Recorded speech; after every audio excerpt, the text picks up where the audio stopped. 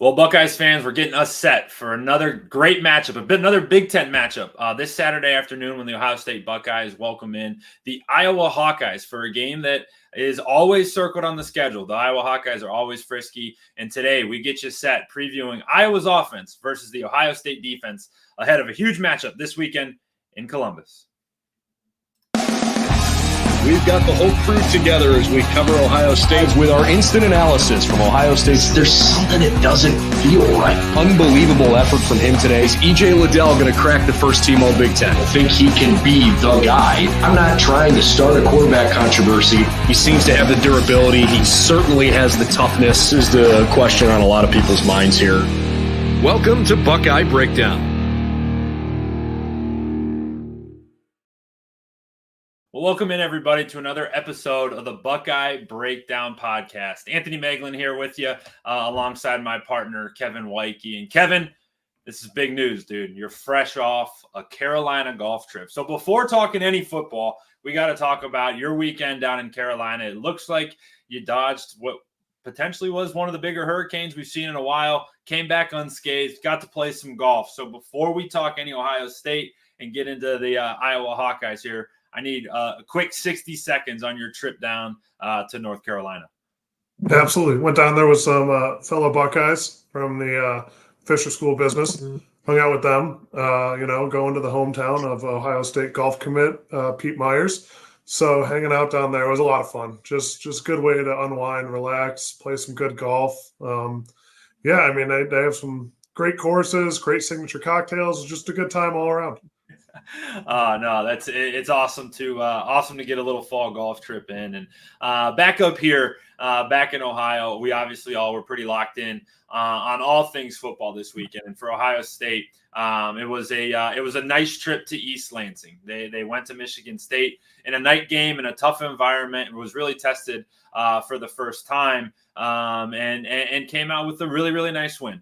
There was a lot of good that came from it, and a lot of things that I think the Buckeyes obviously have circled. But it's nice to have a lot of those teaching points and a lot of those get right points after a W. And Kevin, know you got to watch it a little bit, and obviously got to take it all in.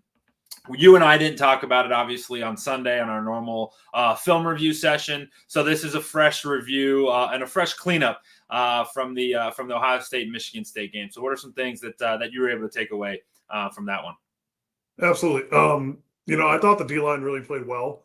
I knew it was coming. I mean, they were a little banged up on the defensive line. So, on the offensive line on the Michigan State side. So I knew it was going to be a big game. We didn't even need to use Tyleik Williams. Yeah. So it was just fun. It was fun to watch that. And then I thought the O-line looked good against a better defense. They looked more cohesive, looked like they gelled more. So, yeah, I think it was all around in the trenches a good showing. Dude, and one of the things that really stood out to me, and we talked about it post-game, and I did a little quick game segment, which is a new segment we're doing here, dropping some videos throughout the week that are more your quick hitters. So keep your eyes out for those. But did a little segment on Kaleb Downs because I thought, again, he was absolutely fantastic. He led the team with 6 tackles. He had 3 solo tackles, 1 TFL. And Coach Day spoke about him both post-game and spoke about him today, and just really talked about how this young kid, he's a sophomore, he's 19 years old, and he's got this veteran presence to him where he's so prepared. He understands how important the mental aspect is of the game, and it's almost like he knows how good he is. He knows that he was given some rare talents and abilities, and he's going to make the most use of them and make sure he's the most prepared dude on the field. I don't know if it was evident from where you were watching the game from, Kevin, but that dude, when number 2 flies around the field, he makes his presence known, whether it's in coverage deep down the field or if he's making plays in the run game at the line of scrimmage. Absolutely. It was evident from where he could have been on the moon, and it was evident. The guy just knows how to play football. He's just the definition of a football player. He kind of reminds me of Troy Polamalu a little bit with how much he sees the field, how well he runs around, how well he avoids blockers. He's not afraid to get up at the line of scrimmage and make a play, and he's not afraid to cover. I mean, that's the only true comparison in my lifetime I've seen that didn't, go to a school that we actively hate. Yeah. So yeah. He's really special, and it's just I'm going to continue to talk about it. My favorite thing about him is how he can just be a Swiss Army knife. He's a guy who, like I keep saying, he can play in the post, he can defend guys down the field vertically, but he also can stuff his nose in there on the run and be like an extra linebacker for that Ohio State defense, which we saw some really great linebacker play as well between Sonny Styles and Cody Simon, and really the marquee play, the at least the first half, and in my opinion, the game, was Cody Simon's stuff of the quarterback sneak, where Michigan State takes their opening possession right down the field. And it was at a point where the game was like really weird. It was like Ohio State's offense wasn't really gelling. They had a couple drives, they had a turnover, and they didn't have things clicking. And Michigan State was on the verge of scoring a touchdown. And something that, Kevin, you and I talked about last week was like Ohio State's defense needs to get off to like a really nice start, and they weren't doing it again until Cody Simon stuffed a 4th and 1. And just what's that do from like a momentum standpoint for a team that isn't struggling, but like is just kind of clunky at that time? And they get a big stop like that and really just fires the group up, both on offense and on defense. Yeah, it's similar to like a big run where it's just man football, where it's just you see a cloud of dust and then someone appears from the other side. And it's similarly on a 4th down stuff, especially a quarterback sneak. Like it's just a play where it's, are we tougher than you? That's what it boils down to. And Cody showed that he was tougher than that. The whole defense did. I mean, that defensive line stood up, that offensive line got no push, and then Cody filled where he needed to. And it just showed, it's toughness at that point. There's goal lines, there's fullback dives, and there's quarterback sneaks that are, am I tougher than you? I'm going to put my head through your chest and run you into the ground. And that's just what Cody did. Yeah. It's one of those plays where, strength coaches and offensive line and defensive line coaches will love to show, because it is truly, like you said, how much do you want it? Do you want it more than the other team? It's your typical old school coaching. Wanted, like you said, Cody Simon wanted it the worst on that one. So obviously this show is going to be more defensive focused primarily, but let's spend just a minute or two talking about that Ohio State offense, because holy cow, again, they showed their ability to just blow the top off. And while again they started slow, it took just a little bit to break the dam, and then once they broke the dam, they were they couldn't be stopped, and you could see from both a pass game perspective and, in my opinion, in the run game too, when you got into the second half with a little bit of a lead, you started making a couple big plays, and then that offense just leaned on Michigan State, and you knew right from the first drive of the game, you're like, this thing's way over. Michigan State's going to bleed the clock out by running the football and then opening up some big pass plays to kind of nail the coffin in. Yep. In the whole offense, there were two guys that stood out to me as the most impressive. One is for his character, and that's Devin Brown. I mean, the guy, he's been passed up now twice for the starting job. And with Julian Sayin and Aaron Owen in the back, it's going to be hard for him to secure it again. But he shows up every day, does his job, does it well, and moves on. And that's how he prepares, and that's what he chooses to do. And it's a testament to him, how he was raised, everything about him that I really admire. Other guy that stood out to me, even though you wanted to bury him all last week, G. Scott got his touchdown. I wasn't allowed to predict it, and he scored his touchdown. I told you it was coming. And that's talk about dam breaking. Get ready. Once they start using him more, I mean, when you're throwing one-handed balls to Jeremiah Smith, okay, yeah, flashy.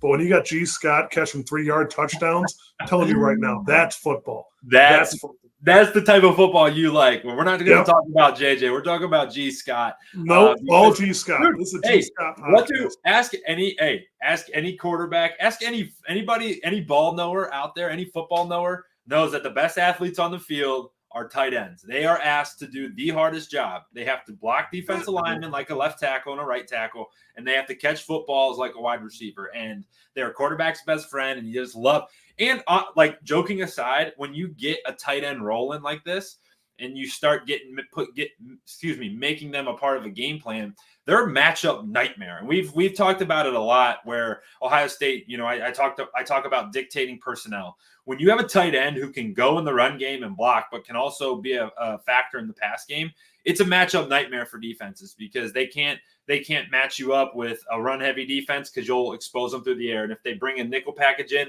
you can expose them on the run game.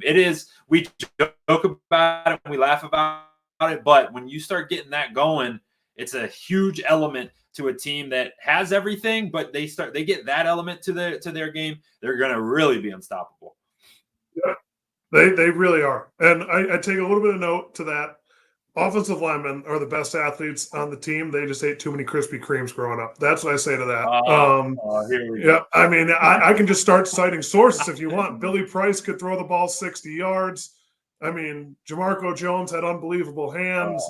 There's some great athletes on that offensive line that you don't want to sleep on because we're just big bodies brooting people around. But there's some finesse down there. I'm telling you right now. Yeah. Well,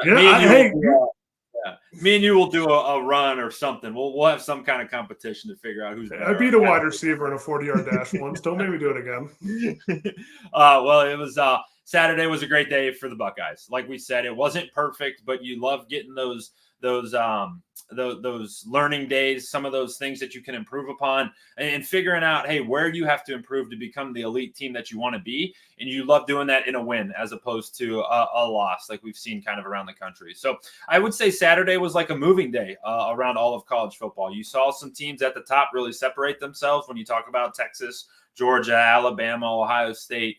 And then you saw kind of that next tier right behind it kind of be, it's going to fluctuate a ton. There's going to be a lot of teams that names get in the mix, a lot of teams that fall in and out. And it's going to be really exciting as we progress through the year, because I don't want to even say this out loud, but we're going into week 6. It's unbelievable to say that, but as they always do, these football seasons tend to fly right away. So enjoy it while we got it. We're right in the heart of it, and enjoy it while we have it. And that's a perfect way to get into our second topic of our show and talking about the Iowa Hawkeyes, because this team is always an interesting one, and one that it's kind of tough to size up because they've really been a bad offensive group for the past, I don't know, decade with any time under Kevin Ferentz. And it's like they haven't really got it going on offense, and they've always been a stout group on defense. They're really well coached. They're always very, very tough, but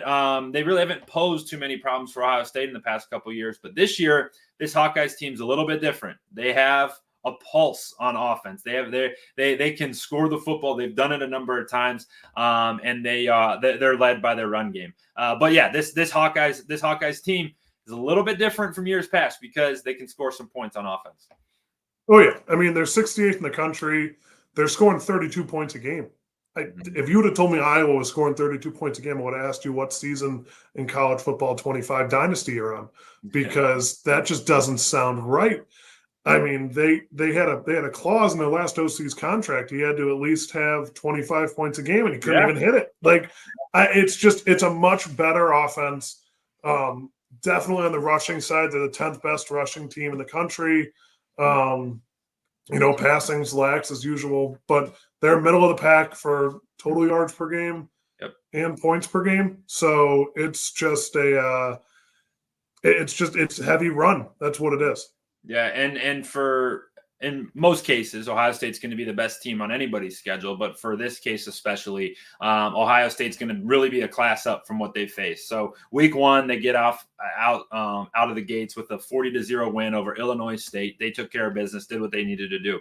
And then in their rivalry game against Iowa State in week 2, they fall in a crazy finish. They lose 20-19, a game that, truth be told, they were like in control of for 3.5 quarters, 3 3/4, like 3.75 quarters.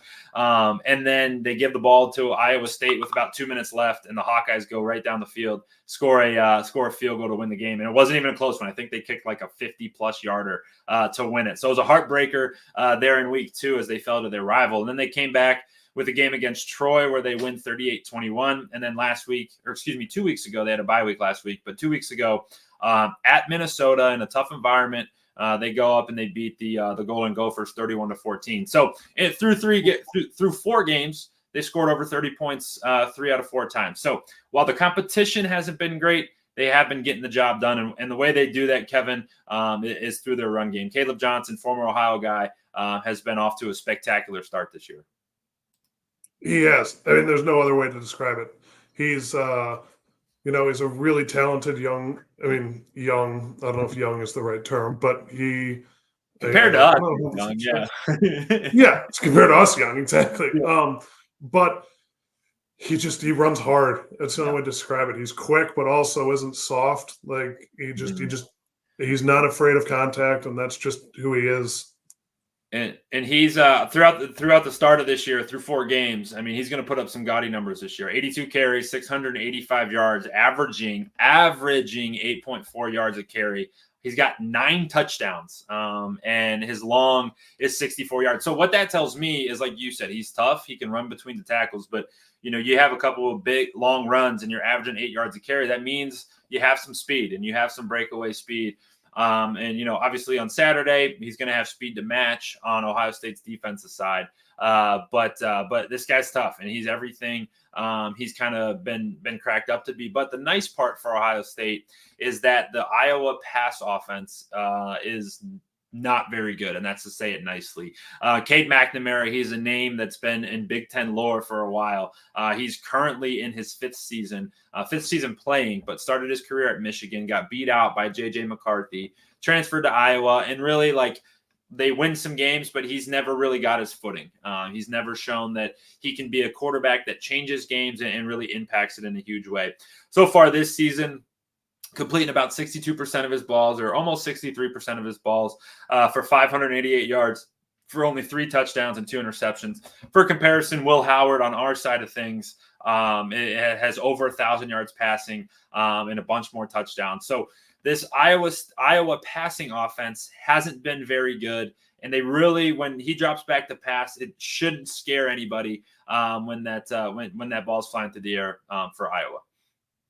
No, I mean, they really – and what's funny is a lot of Iowa fans, like I said, I was at a wedding, they're upset about Cade McNamara. I mean, he's not fantastic, but, I mean, who has been for Iowa? I mean, I can think of CJ Beathard and, I mean, maybe Nate Stanley off the top of my head. Those are really the only 2 I can think of. Household names there, man. Those are 2.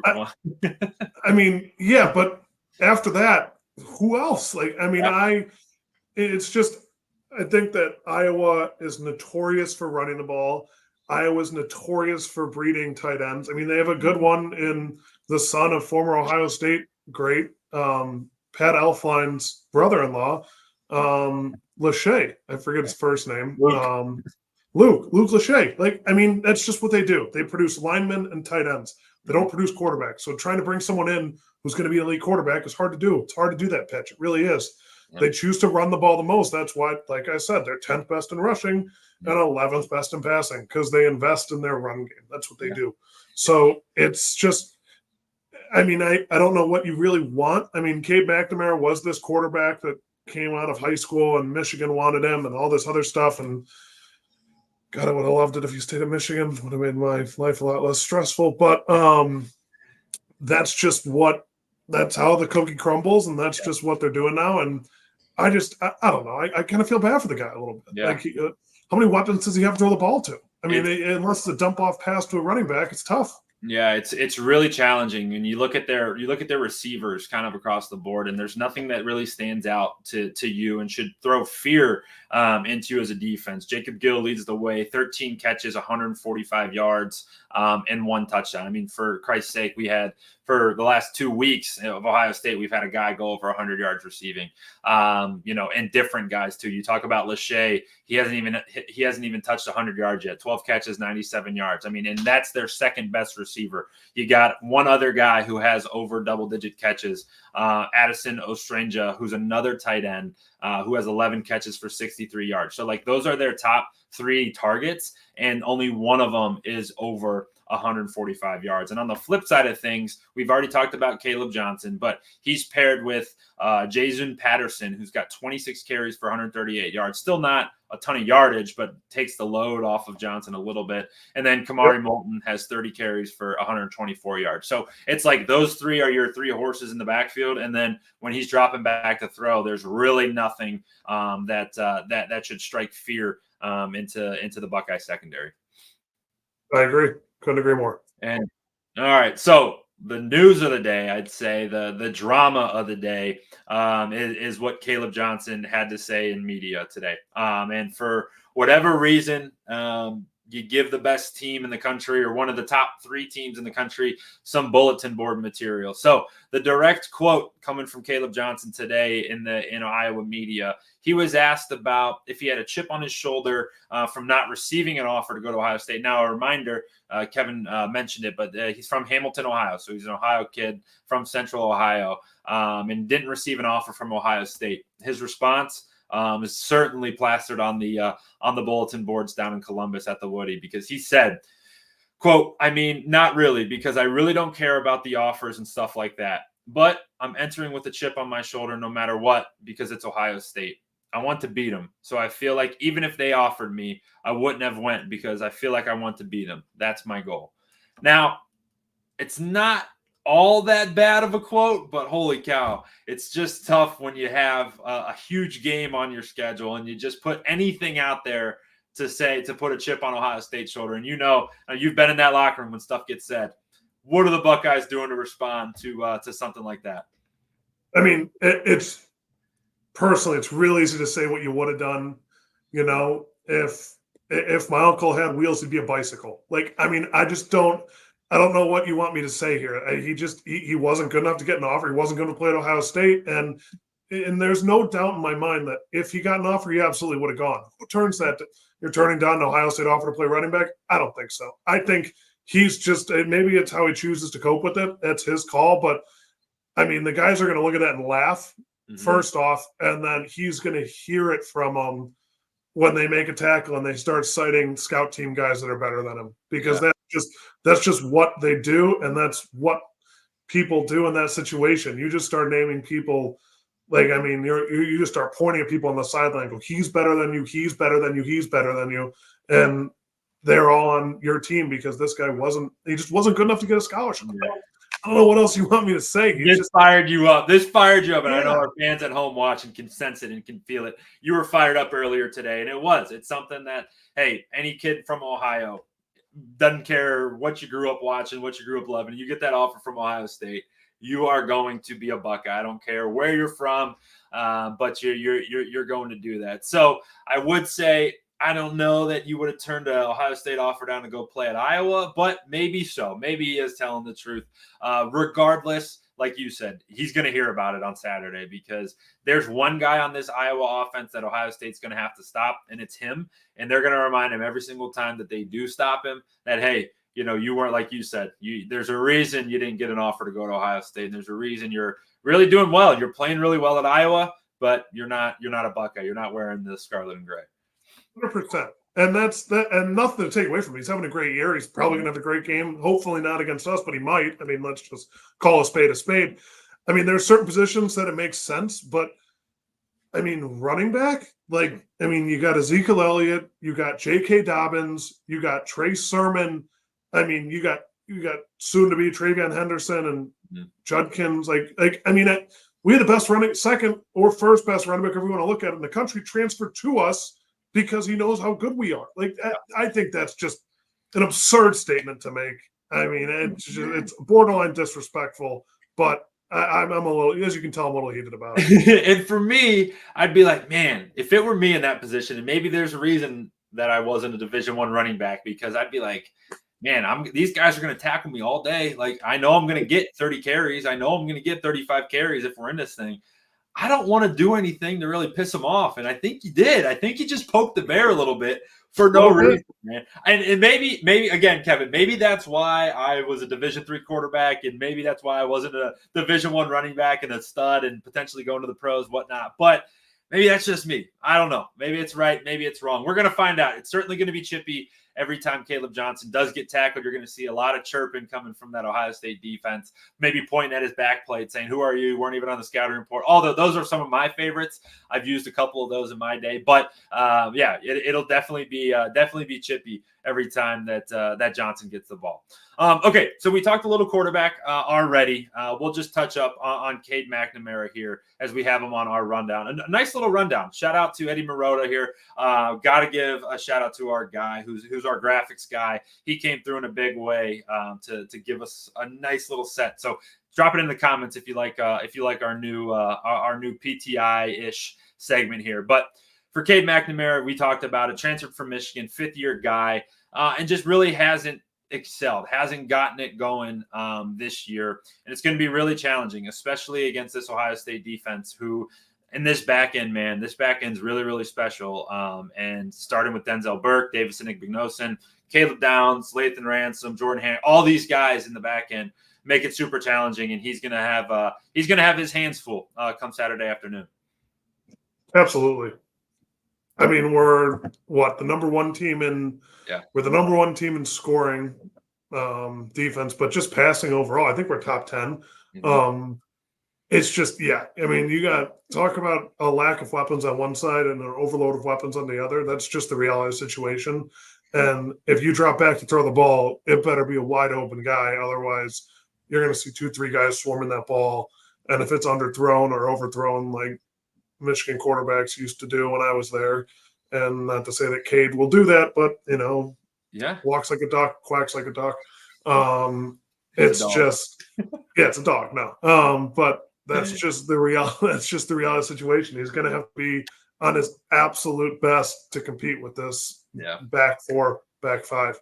Yeah, and you make a good point there too. Their weakness matches up with Ohio State's strength, and oftentimes that's a scary one. You're talking to a couple. I was talking to a couple coaches at Ohio State before the game on Michigan State, and they were talking about some of Michigan State's strengths match up with Ohio State's weaknesses, and while Ohio State across the board is a much better team, you can have a couple of those, especially, if there's a good defensive line or if there is a good corner or something who can wreck a game against you. But for Ohio State this week, it's going to be the flip side of that. This defense, and you're going to be able to just man-to-man on the outside. You're going to be able to say, Denzel, go lock it up.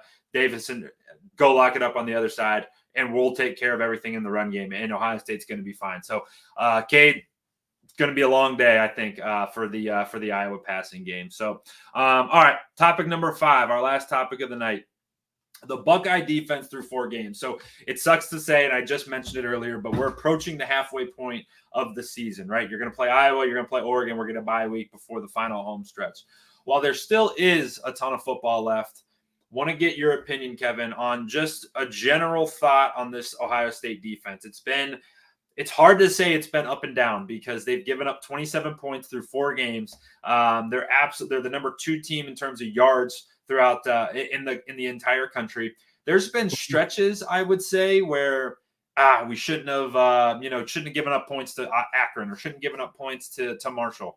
But for the most part, it's been a pretty darn good defense and a pretty lockdown defense. So through 4 games, Kevin, how does this defense stack up in your mind? Impressed is the word I'd use. Like you said, they're number 2 overall in yards. They're number 1 overall in points per game. They're top 10 in passing, and they're number 3 in rushing. And I think that's the point I want to touch on the most is they're the number 3 rushing defense going up against arguably the best running back not on Ohio State in college football. I think it's going to be an unbelievable test of, that offensive line and that running back versus our front 7 is going to be a phenomenal battle, I think, the whole time, because Iowa's offensive line is never something to scoff at, and this year's no different. I think that I've been very impressed so far with the fact that they've been a bend, don't break, and I think you're going to see them just kind of keep tightening the screws as the season goes on. And this is another game where, you showcase, are you the best rush are you the 3rd best rushing defense because you've played Michigan State, Western Michigan, Akron, and Marshall, or are you the best rush defense because you have guys up front that are throwing offensive linemen around and not letting people run through your arms during tackles. I think this will be a great game to showcase if that's the fact or not. Yeah, and one of the things I really loved what you said there is that, hey, maybe they do start continuing to tighten the screws down a little bit. And something that has been on my mind is like, how much is Jim Knowles and this Buckeye staff holding back? Because truthfully, you haven't seen the best competition, so it's allowed you to experiment, but also it allows you to be very vanilla in what you do, because you don't want Oregon seeing, hey, this is what they love to do in third down. This is an exotic blitz that they love to bring in this scenario or in the red area or whatnot. So how much is he holding back? And you didn't see them come out of their shell, I'd say, on Saturday against Michigan State. They didn't need to. However, I think as the competition continues to increase, and it's really funny, man. It's like literally been steps. Like it's like Akron, and then Western was a little bit better, then Marshall was a little bit better, then Michigan State a little bit better, Iowa now a little bit. It's been pretty consistent, but I'd like to see, hey, do they start getting into their bag of tricks a little bit more to really continue to be that dominant group that they have been. And truthfully, I've been pretty complimentary of this group. Like we said, there's probably a quarter's worth of plays where it's like, this needs to be better, or you give up a big play here, a big play there. I think for the most part, they've been pretty stout. So excited to see how that group continues to go. One thing I want to show here, Frank, couldn't agree more, man. Cannot Saturday to come. I know it's hard to wish for Saturday because you don't want to wish it all away, but yes, cannot wait to get down to Columbus for a huge game against the Iowa Hawkeyes. It's going to be a 3:30 kick, so the eyes of the Big Ten certainly will be on this one. We're not going to be kicked to Peacock like we were on Saturday. We're going to be front and center, 3:30 against the Iowa Hawkeyes. So before we get out of here, guys, for all your news, highlights, and analysis, subscribe to our channel. Kevin and I love bringing you videos here. And yes, there has been a couple questions I've seen in the comments. Brendan is still around. He's got some good family news to share. Next time he's on, we will let him share that. But Brendan is still around. You see him on Saturday nights after games. So yes, he is bringing it to you weekly. Here are some of these shows. So subscribe to our channel, Ohio State Buckeyes on SI, for all types of content like this. Kevin and I will be back on Thursday doing the flip side, previewing Ohio State's offense versus the Iowa defense. But for all of /college/Ohio State, all sorts of coverage over on that side. So however you like to get your Buckeyes news, do it through us here. But as we get you set for this week's matchup between Ohio State and Iowa, we appreciate you hanging out with us here on Ohio State Buckeyes on SI.